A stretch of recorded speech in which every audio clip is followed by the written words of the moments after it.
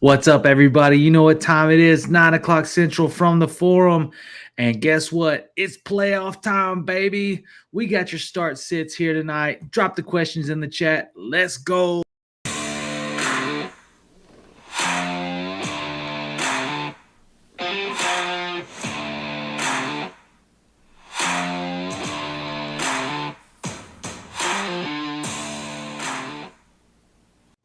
What's up, everybody? I got two dudes in the house with me tonight. My goddamn Mater, my guy Chase Thornton, Operation Domination.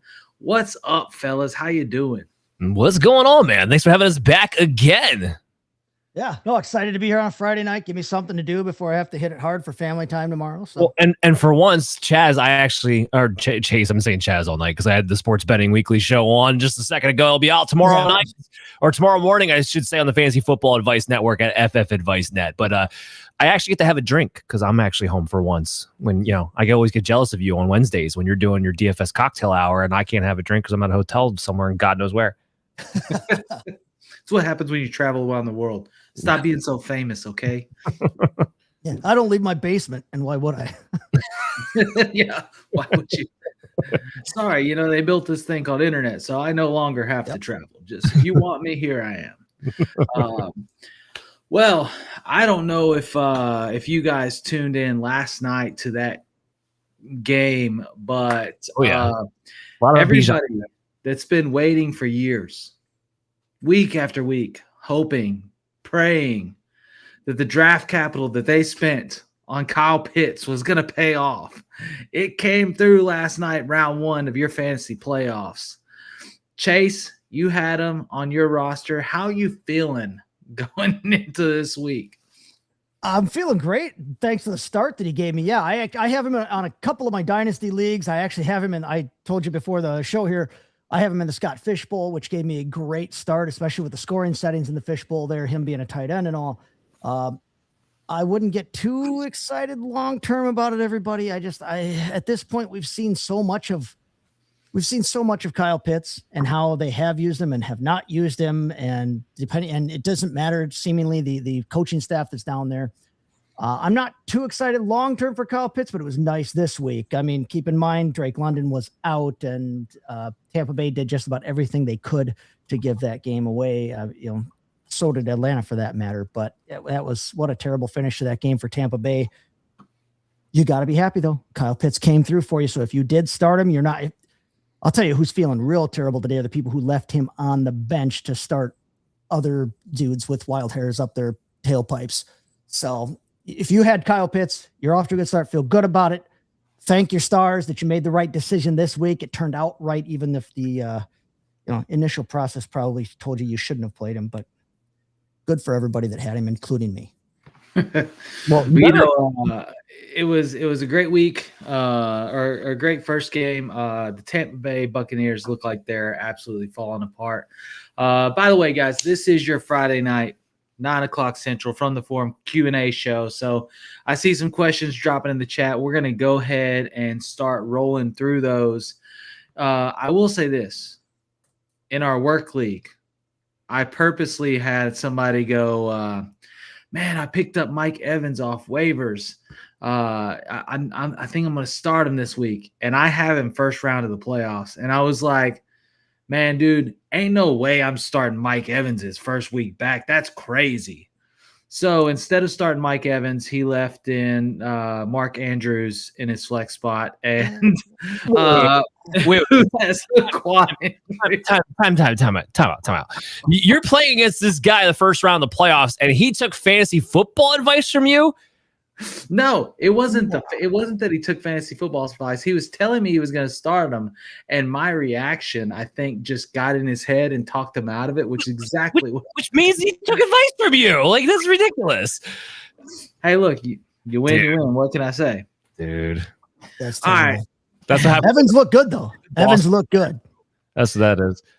Yeah, he did. All right, so we got Juan Pena official in the chat. Who for wide receiver 3 and flex spot? Got Devontae Adams as 1, Jacoby Myers as 2. Running backs 1 and 2 are Jacobs and Jonathan Taylor. Bench, Travion Henderson, Charbonnet, Emmanuel Wilson, Right, Debo, Addison, Boutte, Johnston, Mike Evans. Well, Mike Evans has already played, so he's going to be obviously out of that question. So, really, we're looking for wide receivers. It's probably an easy Debo Samuel for me.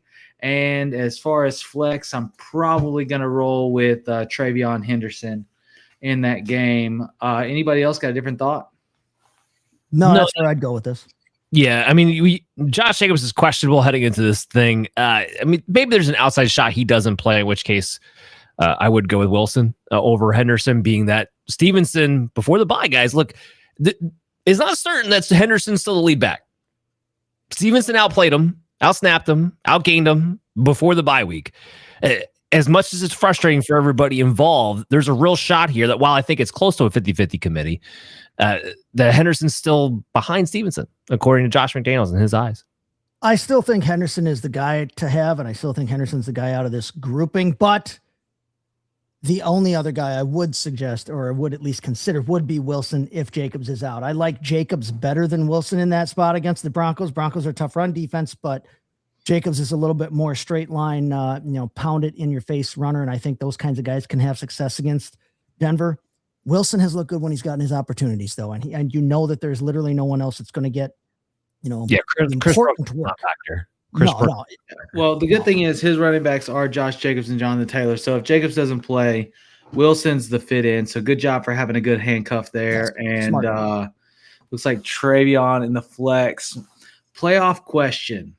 For my quarterback one, I got Brissett on waivers. We have Bryce Young, CJ Stroud, Trevor Lawrence, and Caleb Williams.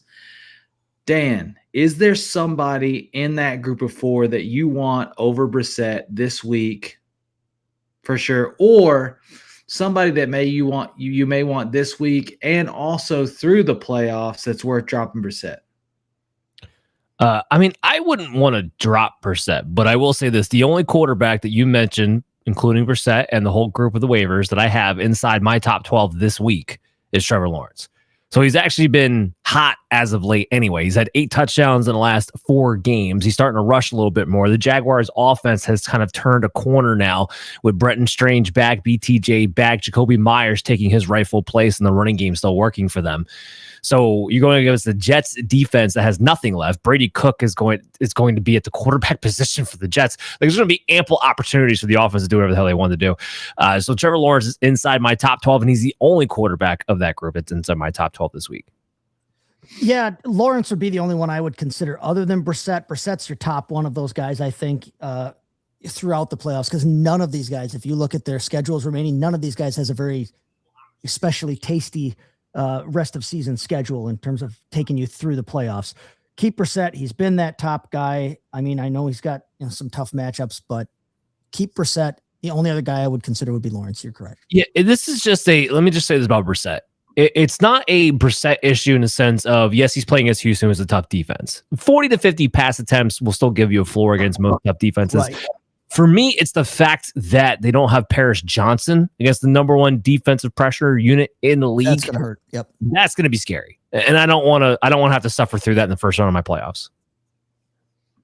Fair enough. And I'm not sold on their running game to be able to take a ton of pressure off of him. No. They've got 37 guys who would be 4th stringers anywhere else. But I guess they'll play Michael Wilson, in case anybody's wondering. Yes. Yeah. Well, Trey McBride. Yeah.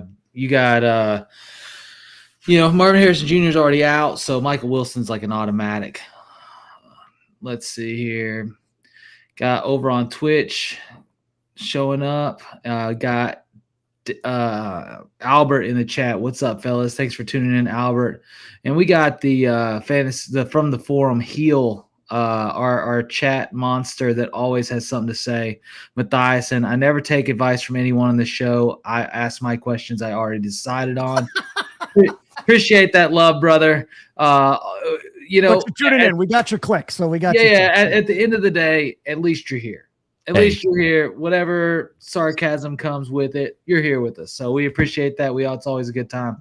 Download, don't listen. Say what? Download, don't listen. Let's see here. Good evening, Amazon Pancakes 543. Good evening. Would you go Rico or Hampton this week, and why? Unfortunately, I started Bucky and Igbuka. I should have started Evans. Look, that game was crazy. How many Buccaneers do you have? I was just gonna say. Yeah. Well, he just got Evans back. He's probably Igbuka's been the guy going in. Rico or Hampton for you this week, Chase? Honestly, it's going to be Hampton. Weirdly enough, if you look at the usage that they've had lately, Chuba Hubbard has not gone away. In fact, he's come back a little bit, and I like the idea of Hampton, even though Vidal played a lot the other night too, and we talked about it on our show this week as well. I think that of the two, Hampton is the one who can clearly take over compared to, I don't know that Rico and Chuba together, if they're both healthy, I don't know that we see the Rico Dowdle that we all fell in love with a month and a half ago when he was rattling off 200 yards, a week. So I'm honestly gonna maybe lean Hampton in this one. I will say this: Hampton looked tough. He ran hard. He didn't look soft. He had 12 carries, 44 yards, a little bit under 4 yards a carry. That's a little bit below his average, but that's a norm for your first week back. The key for me was he had 6 targets for 6 receptions. And, Herbert in that game, he did not look himself. He wasn't getting the ball downfield. His deep throws were significantly off target most of the time. He used his feet a lot more than he normally does, and he dumped off. And so if that's going to be the game script of Herbert playing with a messed up hand, I'm gonna roll with Omarion just on the fact that they're not using Ladd last week. 2 points, and the passes that did go his way were way off.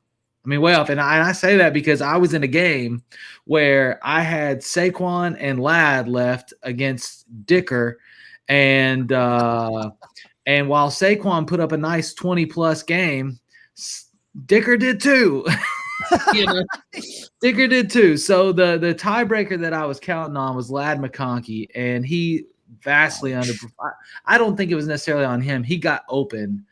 They did definitely put more people on him in that game, but Justin Herbert just did not look good throwing downfield. There is no offensive line left in Los Angeles, and unfortunately, at least on the Chargers side of the stadium, there's literally no offensive line left. They're all hurt, injured, or car salesmen masquerading as an offensive line. So that's not necessarily all Herbert's fault, but yeah, that's the big issue of what's going on there. And then Cooper DeJean is one of the best slot, receiver cover guys in the league right now too. So that has a lot to do with it as well. The thing with Omarion Hampton is that he's probably at best going to be in a 50-50 split with Kamani Vidal. And so he got almost 60% of carries last week. He had 58% of snaps. Yeah. But Vidal still played a big part of it. Hampton only had 31% of the snaps last week. He had 15 carries to Vidal's 16 carries for that game. And then Vidal outsnapped him on passing downs in long distance situations. So he played about a third, and I could expect that to go from a third to somewhere in that 50% range with Vidal. I do have him 2 spots ahead of Rico Dowdle. So it's really, really close to me because I find these guys in the same situation heading into this week. So it wouldn't surprise me if we come week 16 when they're playing Dallas, the Chargers, that Omarion Hampton has taken over at that point. But for one more week, I don't think it's going to happen. And with that, before the bye, the Carolina Panthers, we saw Chuba Hubbard go back to 59% of the snaps. It was a 51-49 split as far as the carries were concerned in favor of Rico Dowdle, but it was 50% of the routes run to 25% of the routes run in favor of Chuba Hubbard when it came to the passing game. And he just looked like the better back. Now that he's healthy, he looks like he's the better back again. This, to me, screams that Hubbard is going to wind up being maybe more so of the lead. But the reason why Rico Dowdle also comes in as running back 30 for me on the week is they're playing the Saints. Yep. The Carolina Panthers are a run-first team. They're going to use Hubbard and Dowdle as their main punch on offense. They're both going to get work. And you have Hampton going against Kansas City Chiefs. So I like Hampton's upside a little bit more. because of what he can do as a runner. And I do think that if they get inside the goal line, it would be Hampton all day. The Chiefs have put stomping grounds on some really elite running backs so far this season. So to me, this is a 50-50 split. If you feel good about one over the other, just go for it. I slightly favor Hampton, but it is not by much. And hey, Pancakes, your process in terms of your thinking for playing Bucky as one of your running backs was not wrong there. Bucky was the guy that you should have started. I know the results aren't what you wanted, but that was the correct decision, whether or not it worked out that way. So don't doubt yourself on a process there. Ibuka Evans, now maybe we could talk a little bit about who you should have done or what you should have done. But I still would have won I still have Ibuka ranked over Mike Evans. I'll give him that too. Because with Mike Evans, look, you knew he was going to play on key downs. I didn't think Mike Evans was going to want to play in about 70% of the routes run. Baker Mayfield loves Mike Evans like he has not loved anyone in his whole life, including his wife. There's been plenty of games where he's been healthy this season where he hasn't gotten 12 targets. So it's the whole different thing. But he came back. It's like, oh, you're back. Oh, I got my guy back.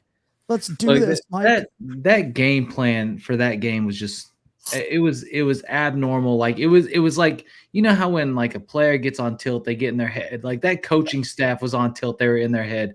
Like why? I don't know why. Bucky was not falling backwards all game. Like all game, he was falling forward. And when they got on the goal line, 1 yard, 2 yard out, they weren't giving it to Bucky, which was crazy. Right? It was Tucker. It was all Sean Tucker. But it wasn't just Tucker. It was like, try and run Tucker outside. Sure. Don't run Tucker up the middle. Try and run him outside.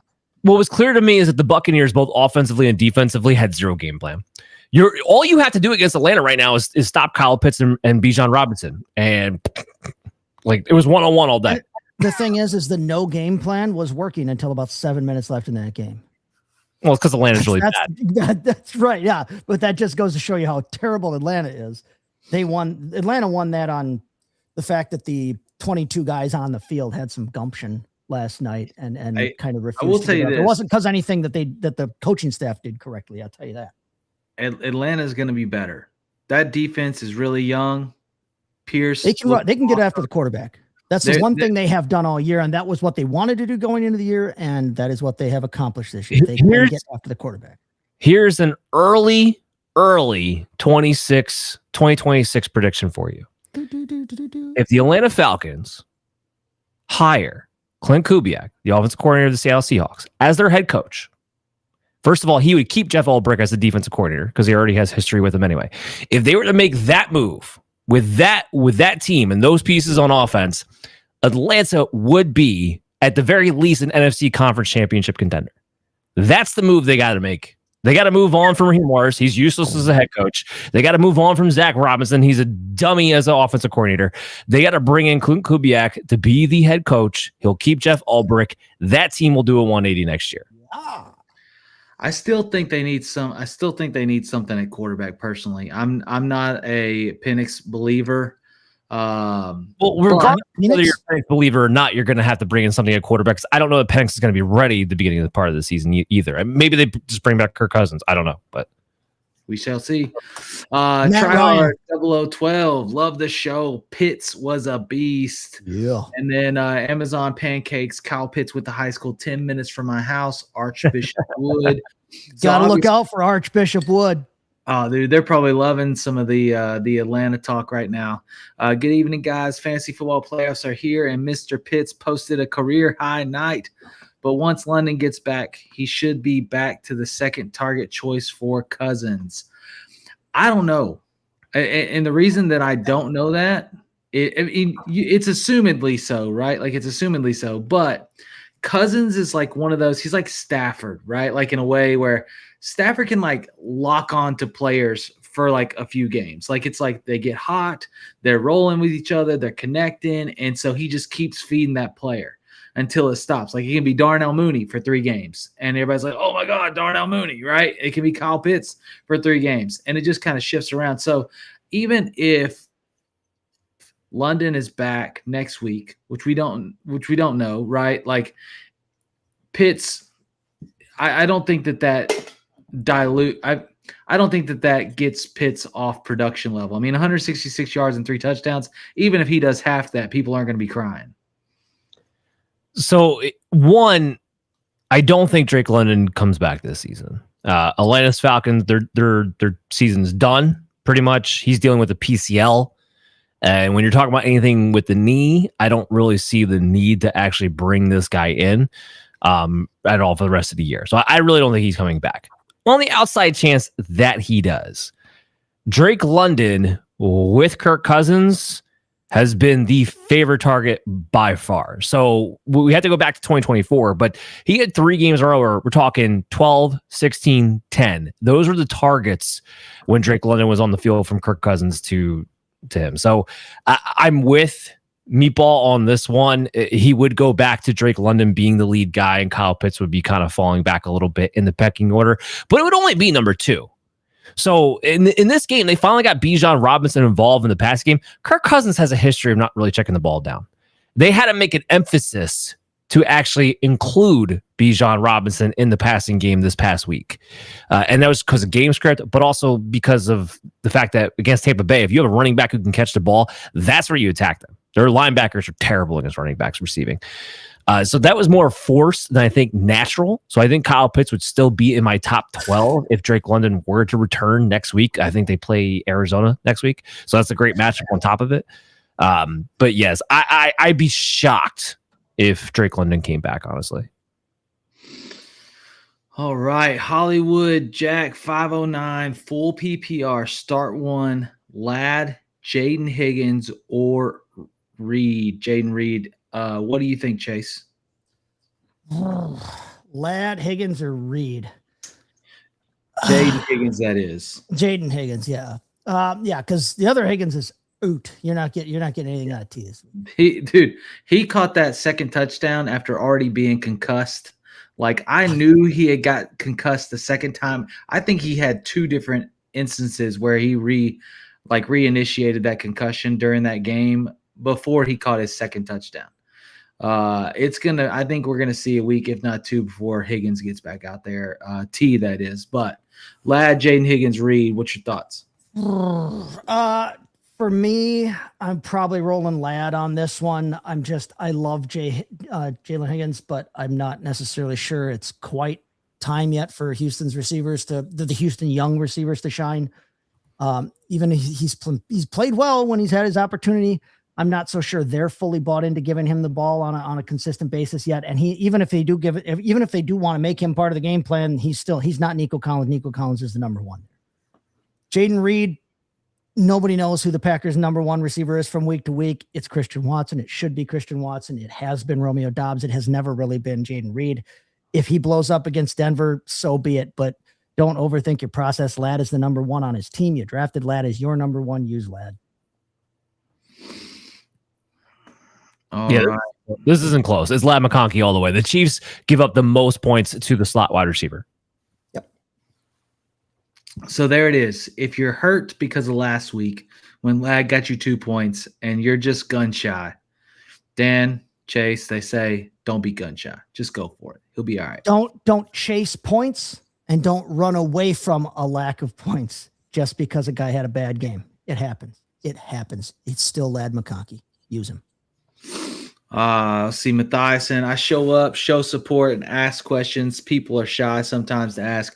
Hey, appreciate that, Mathiasen. We're glad you're here and glad you continue to ask questions in the chat. If you are here, you just tuning in, we just gained a couple watchers. Hit the like button, hit the subscribe button, and drop your questions in the chat. We're rolling through. We're trying to hit, and we're at Amazon Pancakes 543's question. He says, I also have McLaughlin at kicker, which is not what he meant. But, when I saw it, all I thought of was in the arms of an angel. And, that's probably what people were thinking as Dicker was just launching those kicks. They're just like their fantasy season, was just happening on a kicker. Like, how many kickers go for 20 plus points this season in any given week? Brandon Aubrey, but it hasn't been much outside of that, and so, probably carried them to a win right there. All right, Dan, Corum or Vidal this week? Vidal, it's not close. So here's the deal. Blake Corum is going against the Detroit Lions. The only thing the Detroit Lions defense can do is stop running backs from rushing. They can't stop running backs from receiving. But Blake Corum only has a 3% target share on the year. So he's not involved in that part of the game. He's still a backup to Kyren Williams. I think, Chase, you and I talked about this on Wednesday, I believe, where I think people are on the perception, I guess you could say, that somehow Blake Corum took over this backfield. He did not. He only played a third of the snaps. He's only been playing a third of the snaps. He was just really efficient, and they were up a big, and he got to play most of the fourth quarter this past week. That's why I wound up with over 100 yards and 2 touchdowns.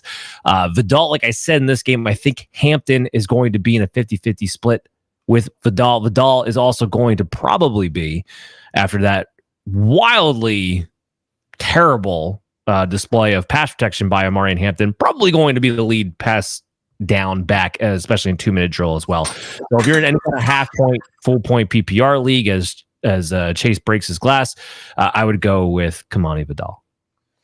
Wasn't a broken glass. I had a lid fly off. It's all good.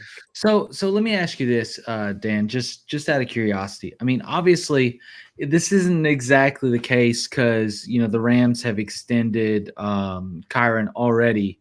But traditionally, the Rams don't always commit to a running back. And the emergence of Corum, does that worry you at all in dynasty formats about Kyren Williams' usage or longevity? Well, I mean, worry in what sense? Because when I play dynasty football, I'm usually looking 2, maybe 3 years down the line. With the extension that Kyren Williams got, what it tells me is that for at least the next 2 seasons, and that's after this season, by the way, that he's at least going to have a significant role within this offense. Whether that's definitively the lead back or not, that can be debated to some degree, but he will have a significant role within this offense. At best, Blake Corum is somebody who's going to probably be between 30 and 40% of the work, assuming Kyren Williams is healthy. They've shown they love Kyren, and here's why Sean McVay loves Kyren.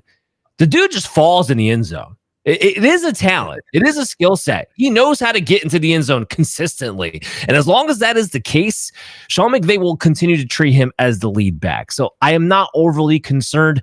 Is he going to be the RB1 that he kind of had been the past couple of seasons? No, but I think if you had Kyren Williams during that time, I think you should understand that you got way more production than what you should have out of a guy with his profile, his athletic profile, his draft profile that you got there. So I'm okay with it. I don't think this is a stressful situation for Dynasty. I think the next 2 years, you're looking at Kyren Williams as a high-end RB2 whose touchdowns put him as a low-end RB1.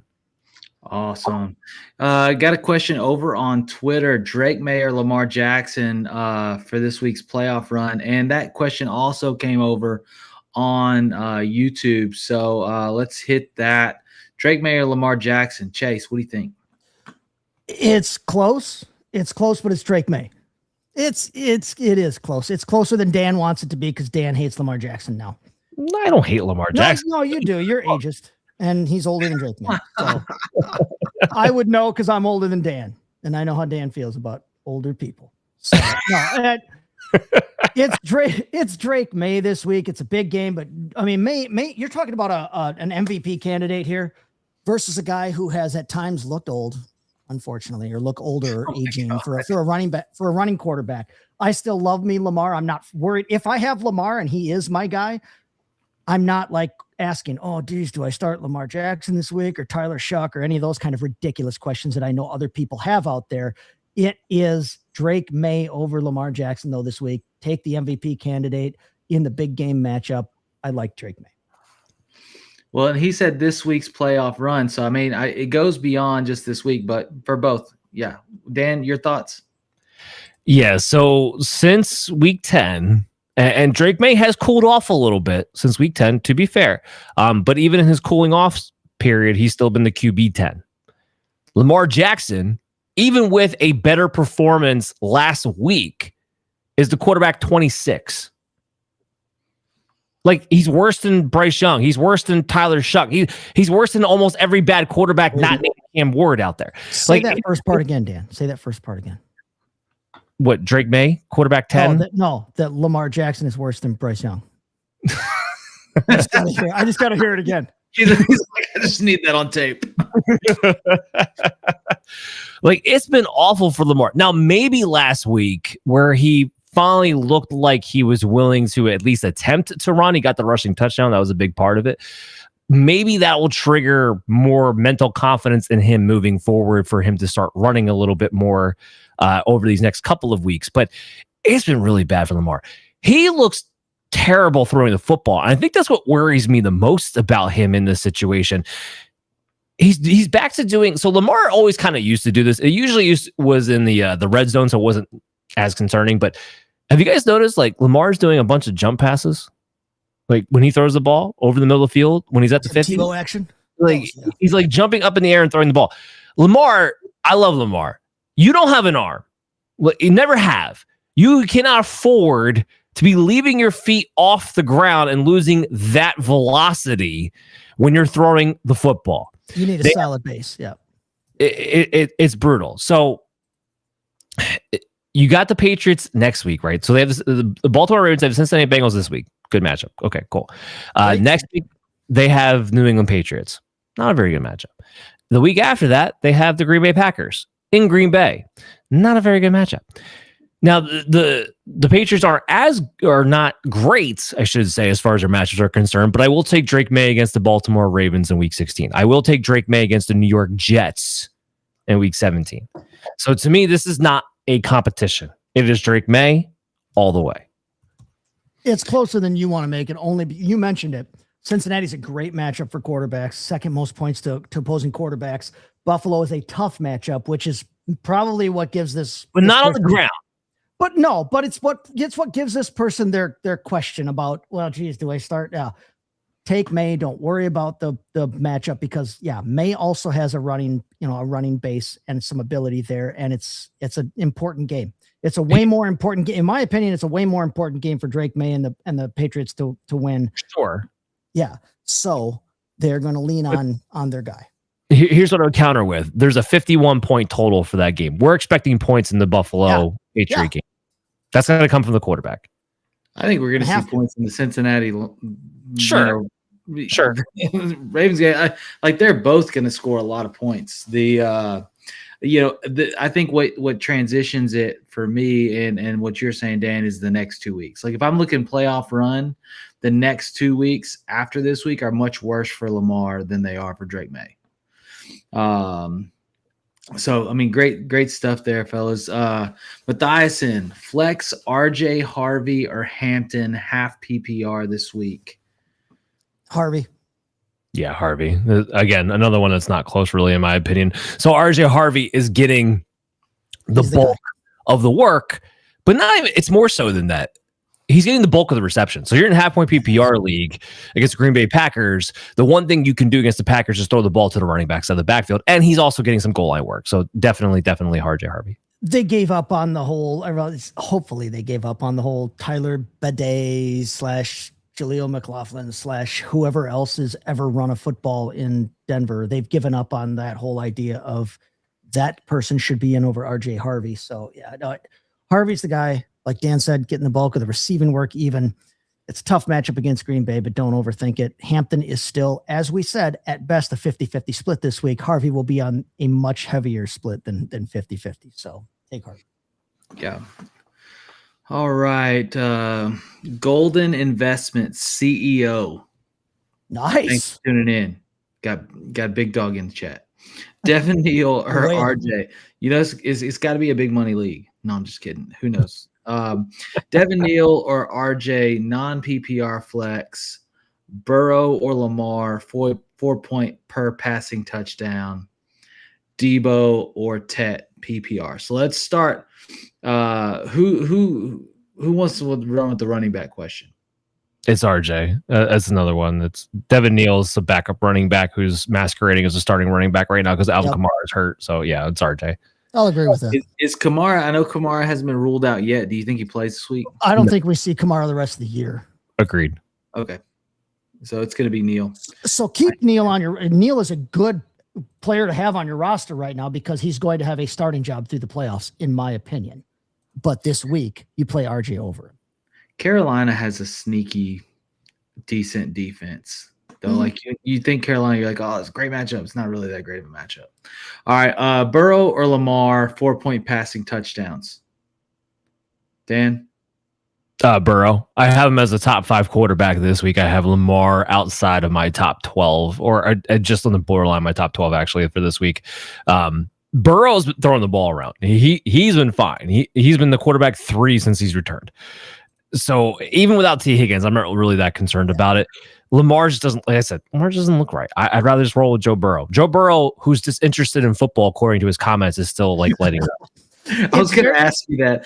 I was going to ask you. So there was a stat. Burrow has been sacked over 200 times, like more sacks than Andrew Luck took before Andrew Luck retired early. And so that's the comparison that people are saying. They're saying, okay, does Burrow pull a Luck and retire early? For the dynasty owners out there, are you worried about it at all? I don't think that was so much I feel like retiring speech as it was maybe a, hey, everybody. Hey, well, the Bengals are notorious. Hey, Kevin O'Connell, come and get me. They're cheap and they don't spend money on offensive line. Hey, yeah, exactly. Yeah. Hey, someone else, come get me. It wasn't necessarily I'm taking my ball and going home. I didn't get that out of it necessarily. I think it was more a cry for help. I don't have fun anymore. Somebody please throw me a lifeline. It was a cry for help. We don't know exactly what's going on with him off the field. I do think there's legitimately something going on off the field that is bothering him. And because that was something that was being talked about a little bit while he was injured.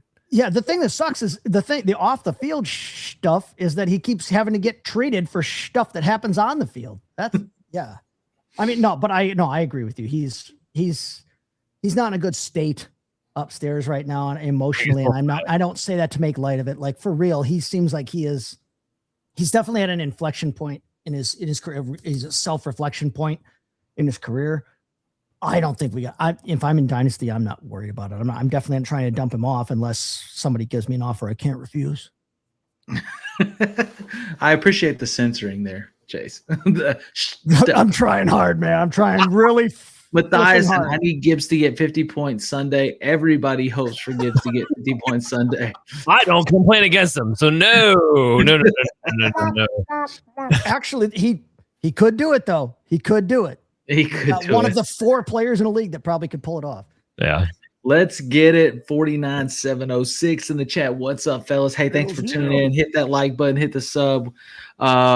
Need 3 running backs. We got Gibbs, Kyron, Hendy, Marks. I think you have it in order, personally.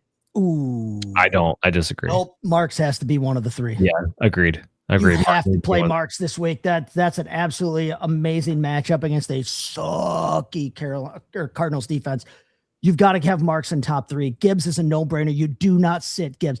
No one should be asking questions about Jahmyr Gibbs. I don't care. Jahmyr Gibbs. I don't care what your roster looks like. I don't care what your matchup looks like. I don't care who your opponent has. It's Jahmyr Gibbs. There is no question in which Jahmyr Gibbs is a sit. Let's just all get that out of the way right now. So you need 2 running backs between Kyron, Hendy, and Marks. And Marks is one of the 2. Has to be, because it's an awesome matchup against a terrible, sucky desert defense there in Arizona. So and there's Kyron and Hendy.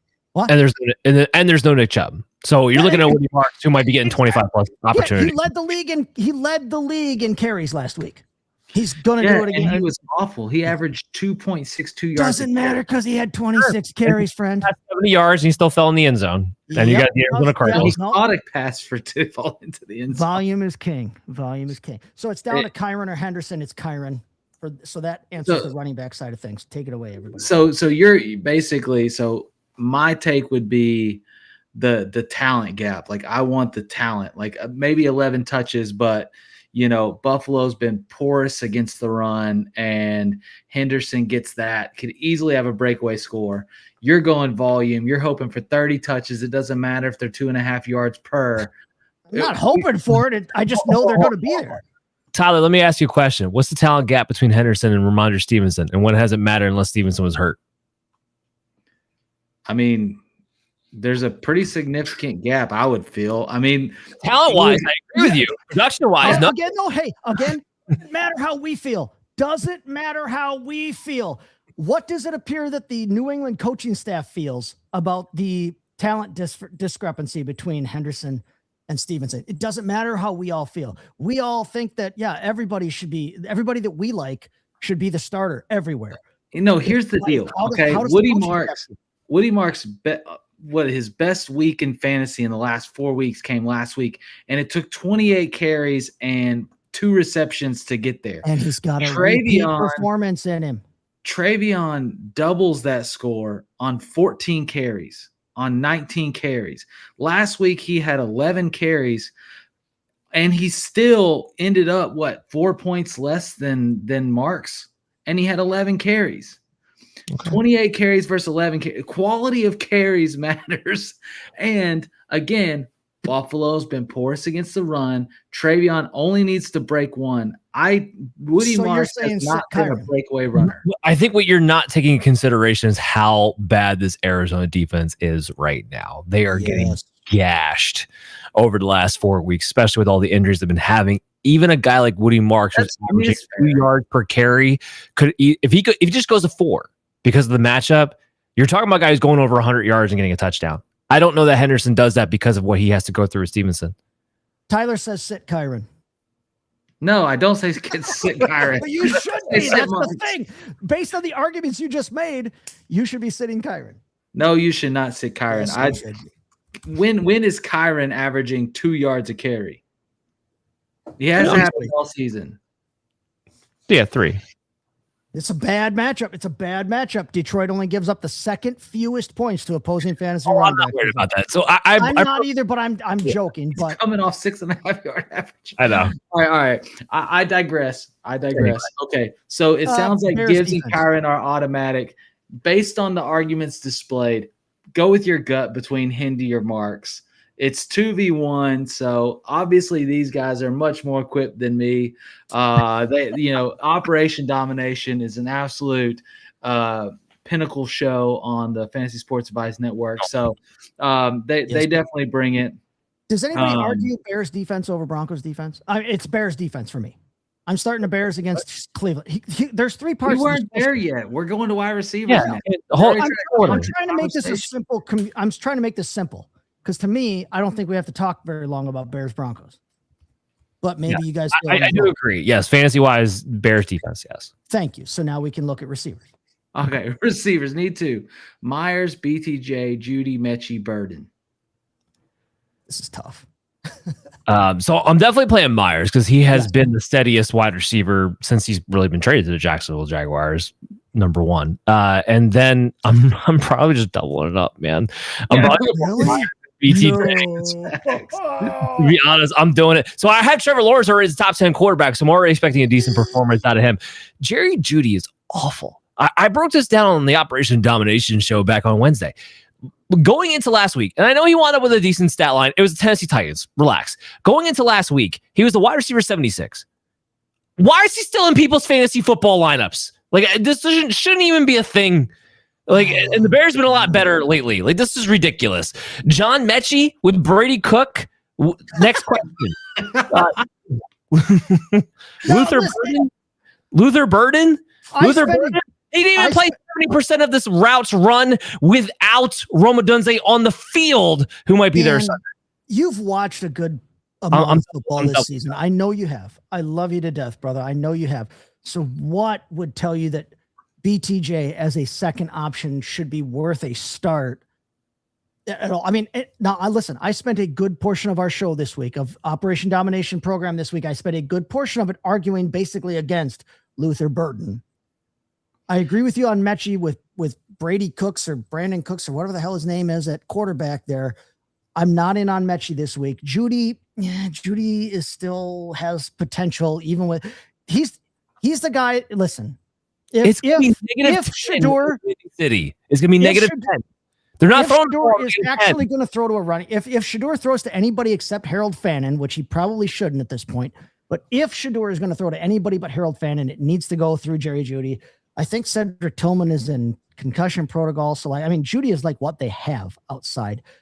But I spent a good portion of our program arguing against Luther Burden. I'm going to actually advocate probably for him here. This is a suck. I'm sorry. Let's get it. Negative 10 in that game. They are going to shorten the game as much as they possibly can. Let's get it. You're going to get enough points out of Gibbs, Marks, and Henderson because Tyler says to sit Kyron. So No, I you're did going to not get a say lot of points out of those dudes.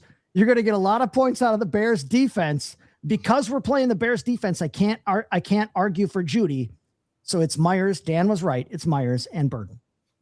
No, it's not Burden. Look, you want to know why? You want to know why, Chase? This is why I'm doubling up. Okay. Myers has been a touchdown the last 3 weeks.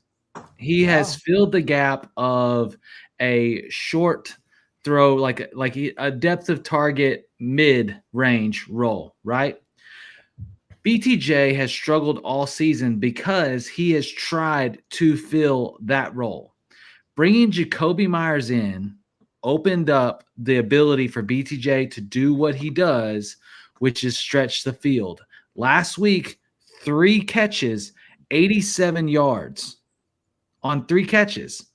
Yeah. And over the last 3 weeks, he still is worse than Tim Patrick. He didn't play 2 of those last 3 weeks. He was hurt. What I'm saying is Myers brings a level to where BTJ can easily have one of those 45-yard over the shoulder touchdowns that we love and we saw from him all last season, right? Over somebody, Burden, you're hoping Odunze doesn't play, and then you're hoping he gets some gadget play that gets him into the end zone where he gets a wide receiver screen or a handoff or something crazy. Mechie, no. Judy and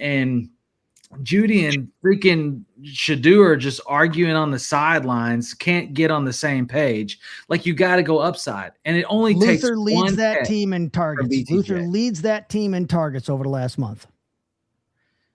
Okay, and how many weeks did he lead in fantasy production? Okay, well, listen, that takes a lot of clicking around on this freaking machine, and I'm already halfway down one of my guns. 70% of the routes run with Roma Dunze not on the field. That's all you need to know. It's not enough playing time for him. All right, keeping Have it fun moving. doubling up on Jaguar receivers. We got a ton of people in the chat. We got to keep rolling. Got Henry from Twitter giving us some laughs. Pretty glad you guys are enjoying the show. Hit the like button, hit the sub. We're always here for you every Friday night. Love you, Henry. Got Lamar with a frowny face from Lion Light Worship. Great show. IBT Media. Appreciate y'all tuning in. Thanks, boys, from Henry. Amazon Pancakes. I also have McPherson from Cincinnati, so I rotate them. Oh, yeah, he's rotating McPherson and McLaughlin. McLaughlin, sorry. This is how he spelled it. All right, let's see here. Salute from Golden Investment CEO for the talk. From the Matthias, high roller. Matthias, we're going to go one per. Okay, one per. Name 3 players that could score 30 points that's available in waivers. That's going to be difficult. We obviously can't broadcast who's on waivers. Somebody that may or may not be on waivers, probably isn't at this point, would be like a Michael Wilson that could maybe get there. Maybe, like, if I think of waiver players, is there anybody else you can think waiver wise that could get there? I mean, other than Hankins, like, the first guy that popped in my mind was Emmanuel Wilson. If he's still out there, if Josh Jacobs doesn't play, Donnie Devin Achane is going to play, so it's not Jalen Wright. Yeah. However, Jalen Wright and Emmanuel Wilson are excellent reminders that if you have not handcuffed your top guy for the playoffs, and if your handcuff is still available on the waiver wire, get your ASS out there and get that guy on your roster. It's time. Well, you know what? I got one for you. Go for it. Dan's got something. Darius Slayton. So Darius Slayton has a really good match against the Washington Commanders. He is available in quite a number of leagues. I don't know if he's available in this person's league or not, but he is available in a number of leagues. He was getting 90% of the routes run the week before he went on bye, and with Jackson Dart back against that perimeter of the Washington Commanders, Darius Slayton would have an opportunity because he could turn 100 yards off of 3 catches and score off of big plays, because that is in his ball game. Again, you're shooting from the hip here on this question to begin with. So yeah. Otherwise, there's always Phillip Rivers. Sure. Phillip Rivers. Old Phillip man Rivers. Look, although Riley Leonard is off of the injury report now. And so I to just celebrate, Phillip Rivers and his wife had 3 more kids. They didn't bring Phillip Rivers off the couch for him to sit clipboard. It's not going to happen. They took him off the couch because his wife begged for some time off. No. She can't do this anymore. Here's the thing. Exactly. We lost Chase. Look, Phillip Rivers is going to play. He's going to play. He literally doubled his time to wait to get into the Hall of Fame. That's not a given yet because he's still on the practice squad. They have to elevate him to the main roster for that. First team reps, he's playing. He can take first team reps all he wants until they elevate him from the practice squad. He's still eligible for the Hall of Fame. And look, what you're gonna get is that classic Phillip Rivers. You know the first touchdown he throws, he is gonna talk somebody. So he's gonna be like, "Oh, 44-year-old just threw a touchdown, bro. Did you see that?" And then his wife is gonna have to have 3 more kids by halftime. It's awesome. Yeah, hey, look, his grandkids are gonna be watching this game. Which if you saw his interview, I got to give him his kudos. I like Phillip Rivers. In his interview, he was like, my youngest daughters, like my youngest girls, have never seen me play football.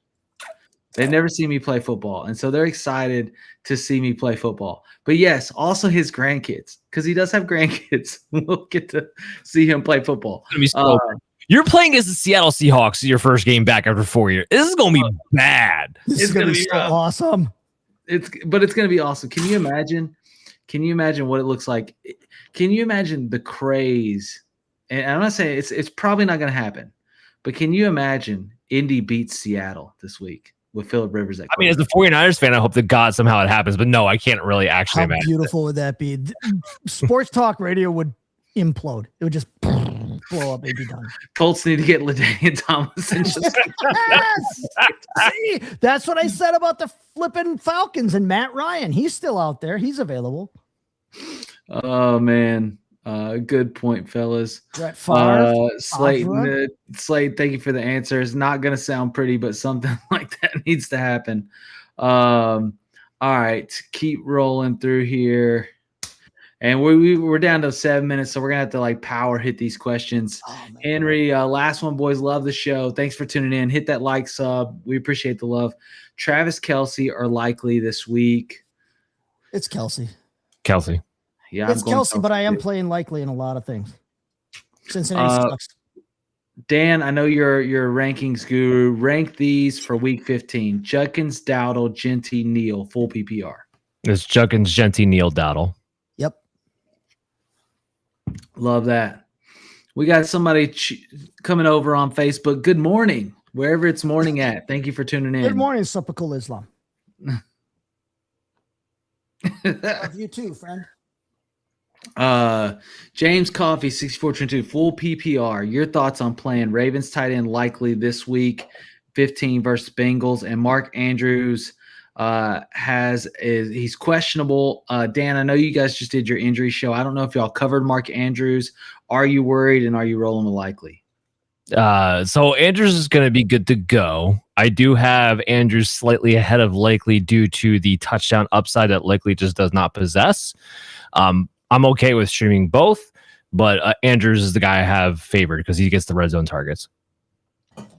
I actually like likely more than Andrews this week, but so be it. There you go. Diggs, Jennings, Debo, Myers, Tet, or Kareem Hunt, 2 wide receivers and 2 PPR flex. Diggs, Tet, Hunt. Is that Jacoby Myers? Yes. Or Jake Myers. Yeah. Okay. Diggs, Tet, Hunt, Myers. I'm going with all 4 of the receivers this week. Yeah. So since 5 there, so who are you eliminating? There's 5. Diggs, Jennings, Debo. 5 wide receivers. Oh yeah, you're right. So I'm eliminating Diggs actually. So I know Diggs had a big game against the Buffalo Bills the first time around, but here's the problem. Ever since Kayshon Bouttey's come back from his hamstring injury, Diggs has actually been the wide receiver 4 as far as playing time goes for the Patriots, and they're like the Packers on crack right now when it comes to their wide receiver rotation. It's kind of disgusting. So I'm going to avoid that. Juwan Jennings has kind of reestablished himself, especially the red zone. Great match against Tennessee. Debo has a really great matchup here against the Giants. Jacoby Myers, we talked about him. Tett's definitely the best receiver of that group. But with Pacheco back, Kareem Hunt's not scoring touchdowns anymore. That's ageist because I believe Diggs is the oldest of that crew. So I'm gonna maintain my narrative that Dan is ageist by eliminating Diggs. I will gladly be ageist in fantasy football. He also eliminated Hunt, so those are the 2 oldest in that group. There you go. See? All right. Hollywood Jack 509, full PPR, need 3. Cooks, Judkins, Hindi, Marks. Cook, Judkins, Marks. Yeah, agreed. Cook, Judkins, Hindi. We've already had the Hindi Marks argument. I thought it was the same question for a second. I was like, wait a minute. No. So there you are. Just sit Kyron. Matthias said, "Let's get it. Your wide receivers are trash. Start Hindi and jump for joy when he breaks a 40-yard touchdown." Thank you, sir. Thank you. Rylan, fellas, I'm in a bind. Big money league. Big money on the line. All right. Knockouts 14 and 15, week 16, 17 are scoring totals for league champion. If I win this week, it's into the finals. Wide receivers, Olave, Sutton, T-Mac, Myers. Okay, but what's the question though? I don't know how many here we go. Need 2 and a flex. Flex options include RJ Harvey and Henderson. So I'm going Harvey, and then I'm going T-Mac and Myers. I like that. The only thing I think here. Yes, because I don't want Sutton against the Packers, and I don't want Sutton against the Packers. And Olave, since he's been dealing with the back issue, he's kind of given away a little bit to Devon Vele, so it's kind of been an issue. And also, remember earlier, Dan said that Bryce Young is better than Lamar Jackson. So T-Mac has over the last 4 weeks, Lamar Jackson has been worse than Bryce Young. Not that he's better, which means that Bryce Young is better than Lamar Jackson, and that is a quote from your friendly neighborhood host Dan Mater. So T-Mac and Myers, I love it. Here you go. Woody Marks or Josh Jacobs? Josh Jacobs. Jacobs if he plays. I was just testing since y'all Woody Marks hype fellas. All right, let's see here. Rolling through the last few questions here. Last 2 minutes, it's speed round. Played Pitts, so obviously shooting for upside on this one. You played Pitts, so you don't need upside. What you need is consistency. I'm guessing he's saying he's played against Pitts. If he's saying he's obviously gotcha. Played against Pitts, yeah. So need 1 running back, 2 flex. Let's see, 1 running back. Etienne, Marks, and JMO. Etienne. You would pay Marks over Harvey? Yeah, so that is where I draw the line. So I do have Harvey over Marks. So I have Etienne, Harvey, and then I would have JMO in this mix. I say Etienne, Marks, and shot. You're looking for 2 40-yard bombs from JMO. Tyler, okay, so it's Etienne and JMO. Tyler, who do you pick? JMO's way more involved in that since Sam Laporte has been out. He's actually been earning. What I'm saying is you need some long bombs. Like he needs. Yeah. If he played Pitts had 45 points. Like he needs JMO to have a game like he had 3 weeks ago. Like and JMO out of those is probably your highest upside. Etienne has been on fire. He's a big shot. So then it's if you're looking at total too, by the way. Rams and Lions. Yep. If you're looking at touches like Harvey Marks, like there's both a lot of touches there. Harvey's got the upside to me. Whatever you do, just sit Kyron. That's Slayton, thank you for the answer. It's going to be we hit that already. Let's see here. With the Slayton mention, fellas, would you put him instead of BTJ paired with Myers? That's a no. No. That wasn't going that far. Again, if you're just looking for crazy upside of a guy who's off the waivers, that's why we mentioned Darius. Even I am having a hard time going that far. And I like Darius. I think Darius Slayton is perpetually undervalued, but even I'm having a hard time going that far.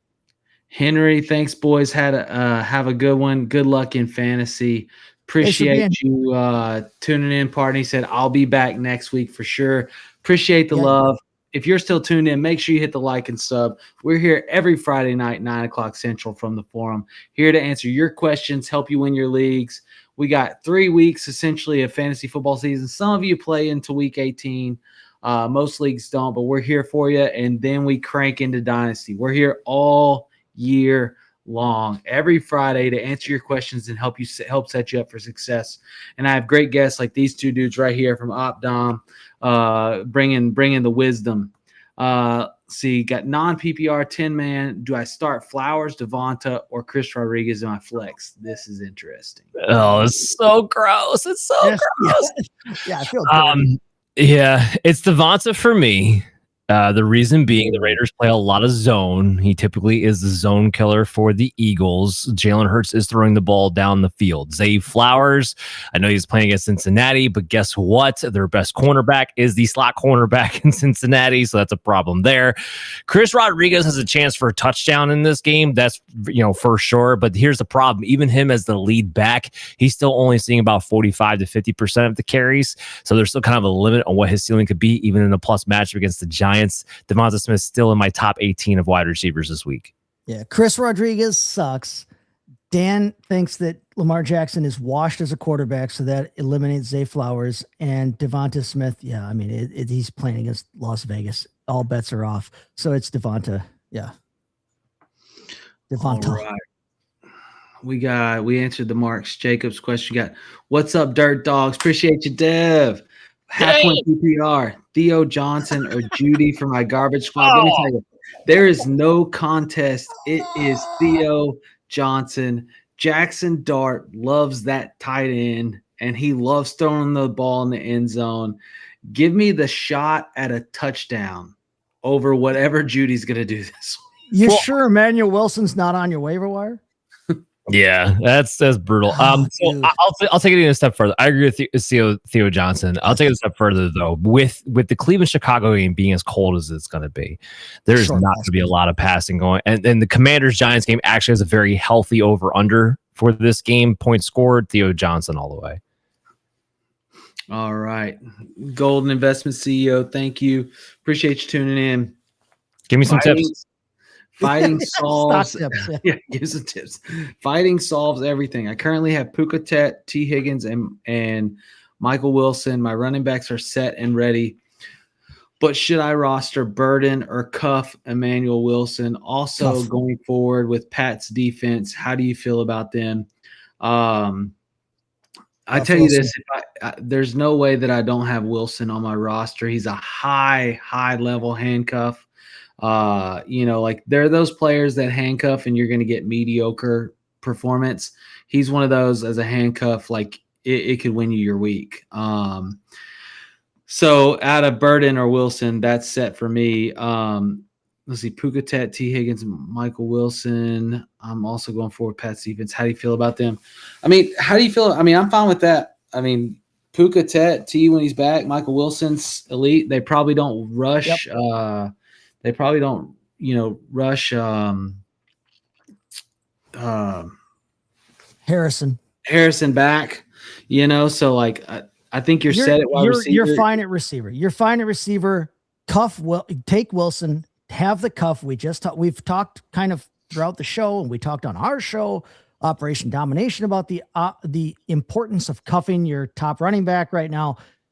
Take Wilson. Burden has an outside chance to maybe occasionally be relevant in that passing game. He's not going to be the number one. So you have Puka, Higgins, Wilson. You're set there.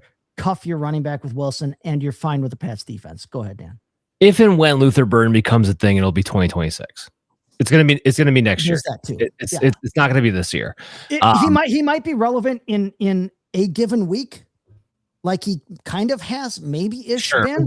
You're not playing for that in the playoffs. It's up to you to guess what that week is. So you're right there.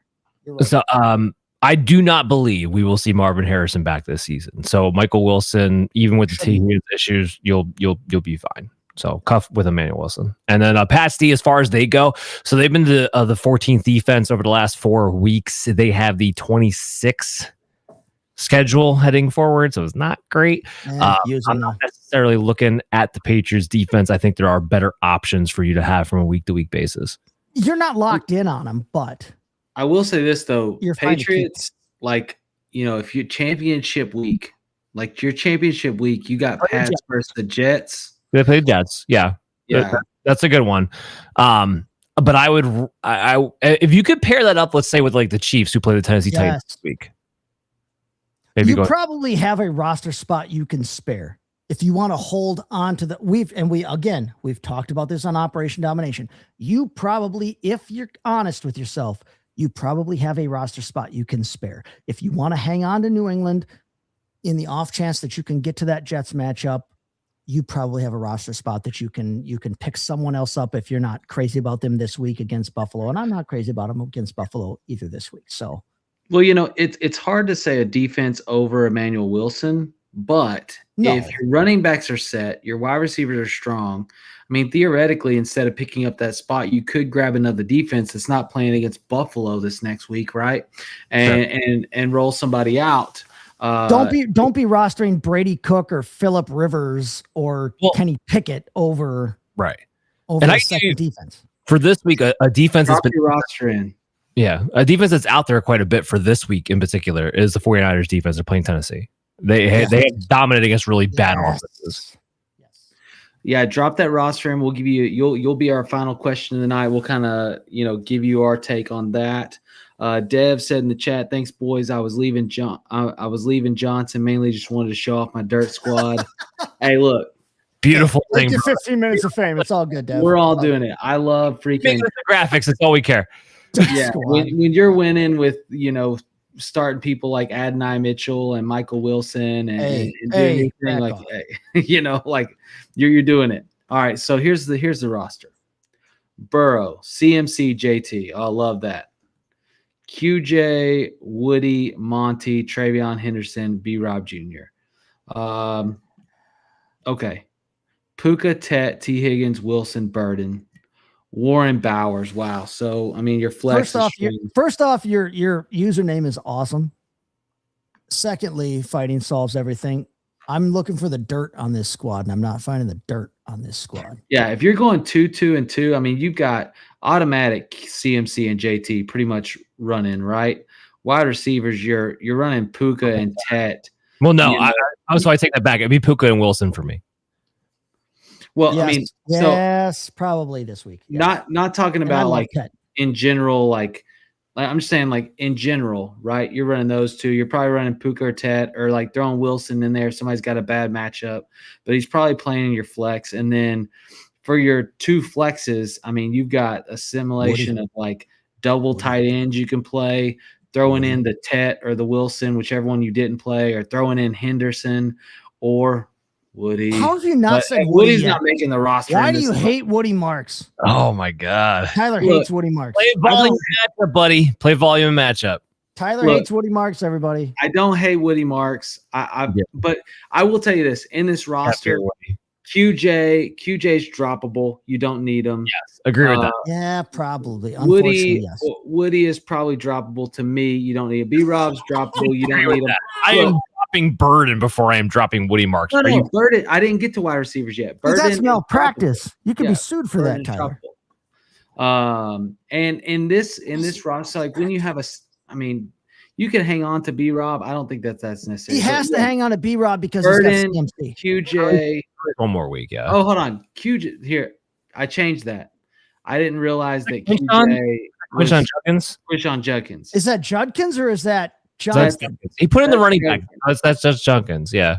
That's Judkins. You got to hang on to that shit, isn't it? Woody, Monty, and B-Rob all become droppable. Like you can roll with those three, and you're going to be fine. There's still not Woody who's dropped. This is a great roster. Relax. Yeah, it's a great roster. This is saying like you got Warren and Bowers, Bates. Like you're straight. Burden. The bait. Like here's the thing. Here's what we're saying. Bird and B-Rob are droppable. Nobody else is. And it sucks to drop B-Rob because you got CMC.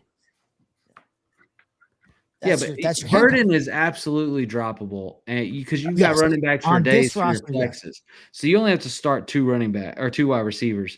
But Burden is droppable. I wouldn't even worry about with that roster at running back. I'm not even worried about Emmanuel Wilson. Forget that. Go get your second defense and let's rock. Go get prep for the rest of the playoffs. Absolutely. Honestly, with his receivers and with how health has been going, Higgins isn't a lock for this roster. He's had concussions like 7 weeks in a row. I'm not dropping Higgins. He could be back. I don't want to drop Higgins. I don't want to drop him either. Michael Wilson. You don't need Higgins. You only have to start 2 wide receivers. That's what I'm saying. Because of what you just said. Still needs 2 flexes. Relax. Everybody relax. Take a breath. But he's got 37 running backs. That's fine. Because ideally in a perfect world, when everyone's healthy, you're playing CMC, JT, Puka, Tet, and then Michael Wilson. Higgins might be that other flex outside of Quinshon Judkins. Quinshon Judkins has not been very good. Now, I'm all in on him this week because Dylan Sampson's hurt and Jerome Ford's on IR. But Dylan Sampson is back next week. Quinshon Judkins has not been very efficient. You want to talk about a guy who's right along with Woody Marks? Quinshon Judkins right along with Woody Marks. In week 16, Quinshon Judkins gets Buffalo. Add another wrinkle to the situation. Real quick, I want to make sure that it's known. You said if I drop Judkins or Woody, I would not tell you to drop Judkins. I wouldn't tell you to drop Woody either. None of us say that. No, not drop Judkins. QJ confused me with Quentin Johnston. Yeah. So no, Judkins is. You have to hang on to both of them. You have to hang on to both of them. You don't need to drop Woody. You drop Burden. You're good. You drop Wooden. You drop Burden. Go get your defense. You're good. I'm telling you, Higgins is not going to be worth as much as we think he is. It doesn't matter. It doesn't matter. He's not droppable. What are you talking about? Exactly. I'm not playing against him. Not playing against. Yeah. Hey, is it okay next week to play 3 people in the same game, stacked Kyron and Rams defense? Is the third person in the room with us, Tyler? Who's the third? Yeah, who's the third? It's always okay to play 3 people in the same game. It's fine. It's stacked. Maybe it's Stafford. Well, here's what I'll say to this, and this should answer not just this question, but any question like it. I do not care if guys are on the same team. If they have an implied value or projection that puts them as a fantasy starter, then I'm putting them in my lineup. I don't care if they're on the same team. So I have multiple home leagues where I have Purdy, Kittle, CMC. I am starting all 3 regardless because I would always start Kittle, I would always start Purdy, and I would always start CMC. I've been rolling CD and Pickens all season. Here's a little bit of a tidbit too, in terms of like, I think like this in DFS, but you can think like this in your redraft leagues or whatever else too. If you think a defense is going to have a big day, you obviously think that team is going to be winning. So then you can reasonably assume that their running back is going to have a decent day as well. Piggybacking running backs and defenses is kind of a natural stack. Now, here's what I will say, and this question didn't specify this, but if you're talking about this week, I don't necessarily want to play the Rams defense against Detroit. That has nothing to do with but that's just to throw that out there real quick. But Tyler already said we're going to sit Kyron, so it doesn't matter about that. I did not say we're going to sit Kyron. Everything you argued about said yes.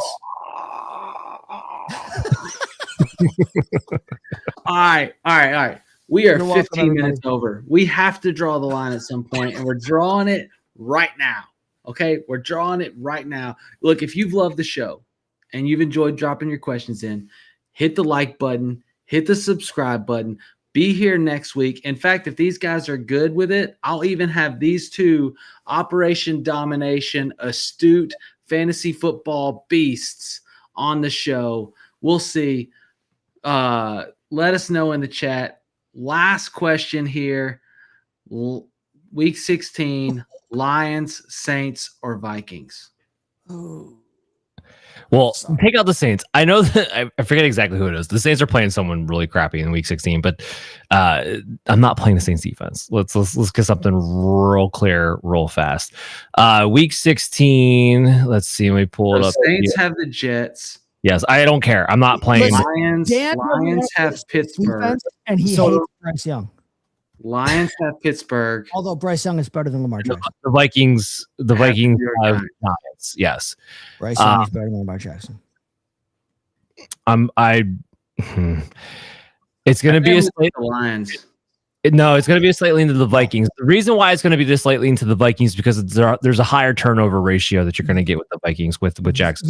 Yes. The Vikings have a better chance to do some shiznit against Dak than the Lions or Saints do against whoever they're playing with. So, yeah. I think the Lions could just shut freaking Aaron Rodgers. Lions can't shut anybody down right now. That's the problem. The Lions aren't playing Aaron Rodgers, friend. The Lions are playing Matthew Stafford. No, in week 16 they're playing Rodgers. Week 16. Oh, week 16. Either way. You got a mute button on him. Week 17, Lions or Pats. Lions got Minnesota.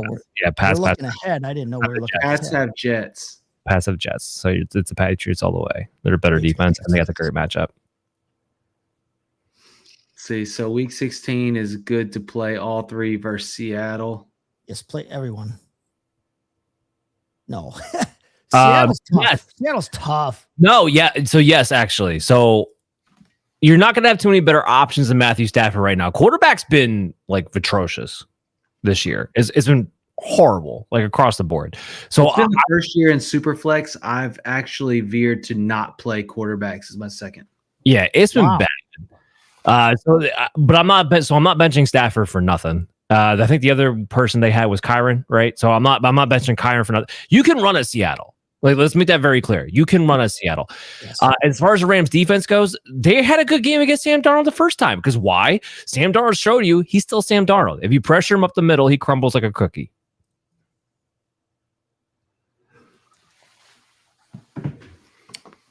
There it is. Daniel. Thank you guys. Very informative and entertaining. Look, that's what we're here for. We're here for the good times. We're here for the fantasy. Hopefully we help you win. We've done pretty good all season. Obviously we're not perfect just like anybody else, but we do a lot of studying, and it's just because we want to give you folks a good shot. You know, there's always a bit of randomness in it, but we're going to give you educated takes. So appreciate you tuning in. Again, hit the like button, hit the sub. We'll see you next week, 9 o'clock Central, Friday night from the forum. Have a good one. Win your week. We are here. FantasySportsAdvice.com, offering the best fantasy sports social media platform. Why join endless Discord communities or the trolls of Reddit? Fantasy Sports Advice is a community designed to help you win with 24/7 support. Go to FantasySportsAdvice.com and become a pro member for unlimited access. Again, go to FantasySportsAdvice.com.